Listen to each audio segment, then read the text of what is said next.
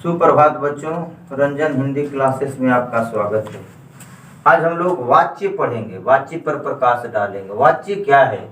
वाच्य का अर्थ होता है बोलने का विषय। सबसे पहले इसे अंग्रेजी में हम लोग जानते हैं वॉइस, और अंग्रेजी में दो होते हैं, एक्टिव और पैसिव। लेकिन ये वाच्य है क्या? वाच्य का अर्थ ही होता है बोलने का विषय। वाच्य क्रिया के जिस रूप से यह ज्ञात हो कि उसके द्वारा किए गए विधान का विषय कर्ता, कर्म या भाव है, उसे वाच्य कहते हैं। जिससे यह पता चले कि कर्ता की प्रधानता है, कर्म की प्रधानता है या भाव की प्रधानता है, उसे वाच्य कहते हैं। हिंदी में वाच्य के 3 भेद होते हैं, जबकि हम जानते हैं बच्चों कि अंग्रेजी में वाच्य वॉइस 2 होते हैं, एक्टिव और पैसिव। बट हिंदी में 3 होते हैं। पहला है कर्तरी वाच्य, दूसरा है कर्म वाच्य और तीसरा है भाव वाच्य। कर्तरी वाच्य, कर्तरी का अर्थ होता है कर्ता। कर्तरी का अर्थ होता है कर्ता। कर्तरी का अर्थ होता है कर्ता, करने वाला, करने वाला। कर्तरी का अर्थ होता है करने वाला। दूसरा है कर्मवाच्य, तीसरा है भाववाच्य। कर्तरी वाच्य, कर्मवाच्य, भाववाच्य। बच्चों हम देखते हैं कि कर्तरी का मतलब जो होता है करने वाला, जो सब्जेक्ट होता है, जो कर्ता होता है, उसे हम कर्तरी वाच्य, अर्थात इसकी परिभाषा की अगर हम बात करते हैं तो परिभाषा क्या है कि जिस वाक्य में कर्ता की प्रधानता हो, जिस वाक्य में कर्ता की प्रधानता हो, उसे कर्तरी वाच्य कहते हैं। जैसे मोहन फल खाता है। जो भी साधारण वाक्य है, सरल वाक्य है, वह अफर्मेटिव वाक्य जो है वह क्या है? कर्तरी वाच्य है। जिस वाक्य में कर्ता की प्रधानता हो, कर्ता ही सब कुछ है, उसे कर्तरी वाच्य कहते हैं। जैसे मोहन फल खाता है। दूसरा है कर्म वाच्य, जिस वाक्य में कर्म की प्रधानता हो, कर्म दैट इज कॉल्ड ऑब्जेक्ट, एक विषय, कर्म की प्रधानता हो, उसे कर्मवाच्य कहते हैं। जैसे यह कहानी मेरे द्वारा लिखी गई। तीसरा है भाववाच्य। हमारी भाववाच्य क्या है? भाव की प्रधानता। जिस वाक्य में भाव की प्रधानता है, उसे भाववाच्य कहते हैं। जैसे मरीज से उठा नहीं जाता। बच्चों हम देखते हैं कि वाच्य जो हमने पढ़ा, वाच्य जो हमने सुना, कर्तरी वाच्य, कर्मवाच्य और भाववाच्य। तो कर्तरी में कर्ता की प्रधानता, कर्म में कर्म की प्रधानता और भाव में भाव की प्रधानता। मतलब यह है कि इसकी परिभाषा बहुत ही सरल है, बहुत ही सिंपल है, बहुत आसान है।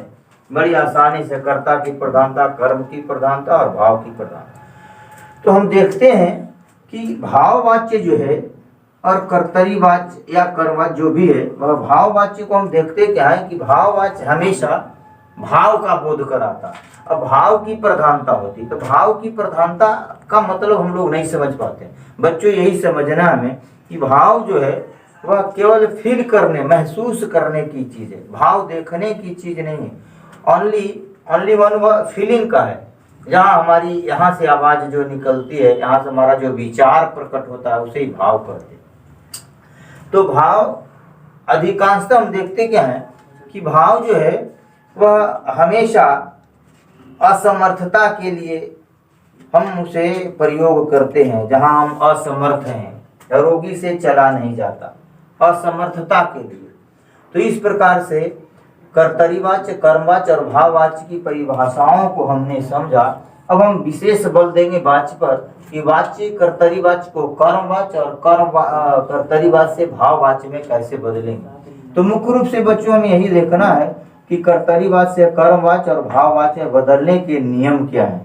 उस नियम को ही हमें गौर से देखना होगा, उस नियम को ही हमें विशेष समझना होगा।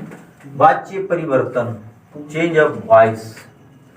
कर्तरीवाच्य से कर्मवाच्य बनाने के कुछ नियम है। बच्चों अब हमें परेशानी क्या होती है कि कर्तरीवाच्य से हम कर्मवाच्य कैसे बना और कर्तरीवाच्य से भाववाच्य कैसे बनाए। तो इसके कुछ नियम हैं। नियम क्या है? सबसे पहला नियम है कि कर्तरी वाच्य की मुख्य क्रिया को सामान्य भूतकाल में बदलते हैं। सबसे पहला ये नियम याद रखना है बच्चों कि कर्तरीवाच्य की जो मुख्य क्रिया है, कर्तरीवाच्य की जो मुख्य क्रिया है उसको सामान्य भूतकाल में बदलते हैं। दूसरा, उस परिवर्तित क्रिया के साथ जाना क्रिया का काल, पुरुष, वचन और लिंग के अनुसार जोड़कर साधारण क्रिया को संयुक्त क्रिया में बदलते हैं। तीसरा क्या है, कर्तरीवाच्य के कर्ता के साथ यदि कोई विभक्ति लगी हो, कर्तरीवाच्य में हमेशा जो विभक्ति लगी होती है वह ने होता है।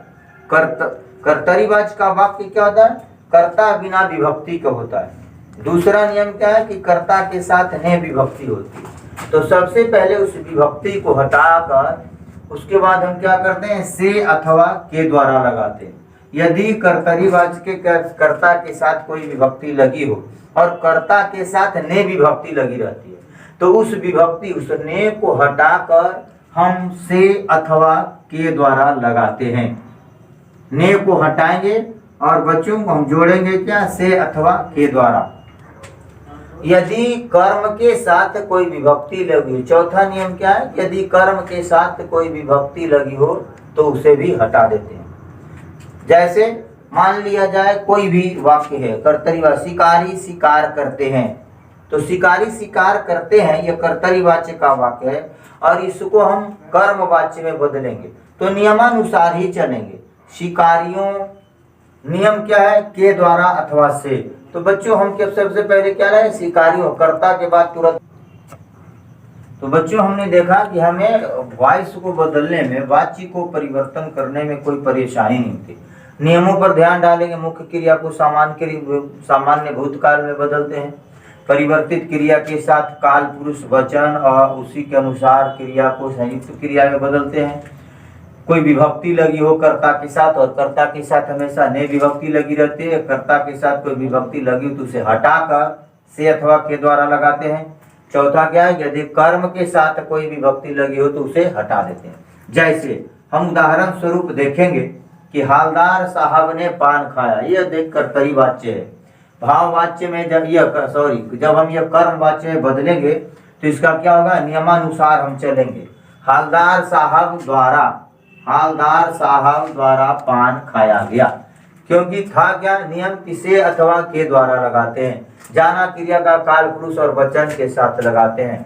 दूसरा उदाहरण क्या है, बाल गोविंद भगत प्रभातियां गाते थे, बाल गोविंद भगत प्रभातियां गाते थे। कर्तरीवाच्य का वाक्य बच्चों, जब इसको हम भाव कर्मवाच्य में बदलते हैं तो क्या होगा, फिर उसी नियमानुसार हम चाहे बाल गोविंद भगत के द्वारा प्रभातियां गाई जाती थी। मतलब कि क्या है कि संयुक्त क्रिया में बदलना है, साथ ही साथ उसी के अनुसार, उसी भर्म, उसी क्रिया के अनुसार हमें इसमें भी क्रिया लगाना है। यानी कि हमेशा याद रखना, यह सामान्य भूतकाल में हम अपनी क्रिया को परिवर्तित करते हैं। इस प्रकार से कर्तरीवाच्य से कर्मवाच्य बनाते हैं और कर्तरीवाच्य से कर्मवाच्य बनाने का यह नियम है। देखेंगे कर्तरीवाच्य से भाववाच्य। पहले हमने देखा कर्तरीवाच्य से कर्मवाच्य, दूसरे में क्या देखेंगे, कर्तरीवाच्य से भाववाच्य बनाने के नियम। कर्ता के साथ से अथवा के द्वारा, कर्ता के साथ से अथवा के द्वारा लगा, जैसे बच्चे बच्चों से, लड़का लड़कों के द्वारा। दूसरा क्या है, मुख्य क्रिया को सामान्य भूतकाल की क्रिया के एक वचन में बदलकर उसके साथ जाना धातु के एक वचन पुल्लिंग अन्य पुरुष का वही काल लगा दें जो कर्तरीवाच्य की क्रिया। बच्चों यहाँ ध्यान देंगे, वही काल लगाना, जैसे दिख दिया हुआ है, ये भविष्य में है, भविष्यत काल में पढ़ेंगे, तो जब इसको हम बदलेंगे भाववाच्य में तो पढ़ा जाएगा। खेल रही थी, पास्ट में है, देखिए पास्ट कंटिन्यूअस में है ये, तो हम खेला जा रहा है। सोते हैं, सोया जाता है। मतलब ये कि जब इसको मुख्य क्रिया को सामान्य भूतकाल की क्रिया के एक वचन में बदलकर वही काल लगा देंगे जो कर्तरीवाच्य की क्रिया थी। जैसे घायल व्यक्ति उठ नहीं सका, ये कर्तरीवाच्य का वाक्य है। इसको हम जब बदलेंगे भाववाच्य में तो क्या है, घायल व्यक्ति से उठा नहीं जाता। बच्चों हमेशा ये ध्यान देना है कि कर्तरी वाच्य में क्रिया अकर्मक तथा सकर्मक दोनों होती है। कर्तरी वाच्य में क्रिया अकर्मक तथा सकर्मक दोनों होती है। अकर्मक क्रिया भी होती है और सकर्मक क्रिया भी होती है। कर्मवाच्य में क्रिया सिर्फ और सिर्फ सकर्मक होती है, सिर्फ सकर्मक होती है, और भाववाच्य में क्रिया सिर्फ अकर्मक। ये तीन, यही हमें ध्यान देना है, इसी को हमें याद रखना है कि कर्तरी वाच्य में क्रिया दोनों होती है, अकर्मक क्रिया भी होती है और सकर्मक क्रिया भी होती है। कर्मवाच्य में क्रिया सिर्फ और सिर्फ सकर्मक होती है, भाववाच्य में क्रिया सिर्फ और सिर्फ अकर्मक होती है। अब बच्चों हमें ध्यान देना है कि वाच्य का पहचान कैसे करेंगे। तो कर्तरी वाच्य को पहचानने का सबसे आसान तरीका है कि कर्ता बिना विभक्ति की होती है। दूसरा है क्या कि कर्ता के साथ अगर विभक्ति होती है तो हमेशा ने विभक्ति लगी रहती है, हमेशा ने विभक्ति। कर्मवाच्य कर्ता के साथ से अथवा के द्वारा लगाया रहता है, लगाया। दूसरा क्या है कि उसकी मुख्य क्रिया सकर्मक होती है। भाववाच्य का क्या है कि कर्ता के साथ के, से अथवा के द्वारा लगाते हैं और इसकी क्रिया अकर्मक होती है और क्रिया सदैव एक वचन में और पुल्लिंग होती है। ये हमेशा हमें याद रखना। कर्मवाच्य का प्रयोग स्थल क्या है? अधिकार या गर्व के लिए, अधिकार के लिए या गर्व जताने के लिए। दूसरा क्या, जब वाक्य में कर्ता को प्रकट करना है तो प्रकट करने की आवश्यकता न हो या कर्ता अज्ञात हो। तीसरा क्या है, जब कर्ता कोई सभा समाज या सरकार हो, कानूनी कार्यालय भाषा के लिए। तो इस प्रकार से बच्चों हम देखते हैं कि कर्ता कर्तरी वाच्य से भाववाच्य बनाने में इस नियम का हमें ख्याल रखते हैं तो मुझे कोई परेशानी नहीं होती।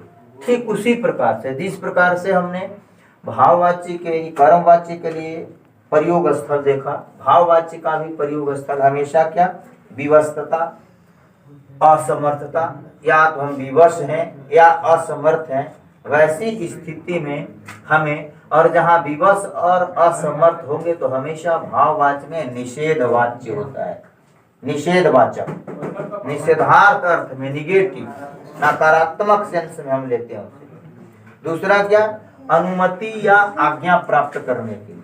दो बातें, दो जगह हम भाव का प्रयोग करते हैं, या आज्ञा लेना हो, अनुमति लेना हो, पहला।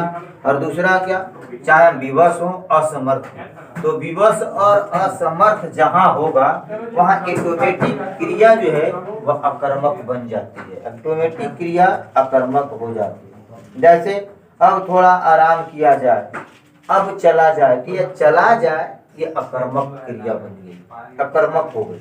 तो इस प्रकार से हम देखते हैं कि किस प्रकार से, और किसी उदाहरण को लेते हैं तो देखते हैं कि जैसे मान लिया बच्चे शांत नहीं रह सकते, बच्चों से शांत नहीं रहा जाता, हम नहीं हंस सकते, हमसे हंसा नहीं जाता। मतलब ये कि अधिकांशतः, ज्यादातर, मोस्टली जो हम देखते हैं तो भाववाच्य में नकारात्मक के लिए, निगेटिव के लिए, हम इतनी दूर नहीं रह सकते, हमसे इतनी दूर नहीं रहा जा सकता। इस प्रकार से भाववाच्य को हम बदलते हैं और भाववाच्य के वाक्य को समझते हैं।